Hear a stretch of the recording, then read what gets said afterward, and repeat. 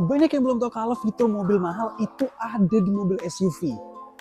Pertama, itu ada transmisi CVT otomatis yang bikin mobil kamu perpindahan giginya itu lebih halus dan nyaman, apalagi kalau menghadapi kemacetan di kota.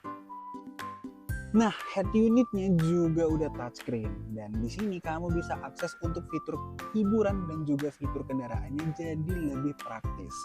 Plus, kalau di mobil SUV itu udah pasti ya, kabinnya juga luas dan juga nyaman. Yang pasti ini enak banget untuk para pengemudi dan juga penumpang. Dan udah dilengkapi dengan sistem keamanan yang sangat baik. Nih, di sini juga udah ada airbag, terus di sini juga udah dilengkapi dengan airbag juga, yang pasti akan bikin kamu dan keluarga tetap aman saat berkendara. Desain mobilnya udah pasti keren banget.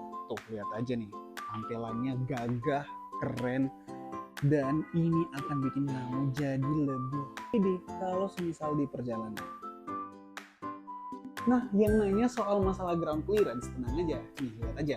Ground clearance-nya juga tinggi ya untuk di mobil SUV. Jadi, ini akan aman banget kalau kamu bawa ke kondisi perjalanan ataupun kondisi jalanan manapun.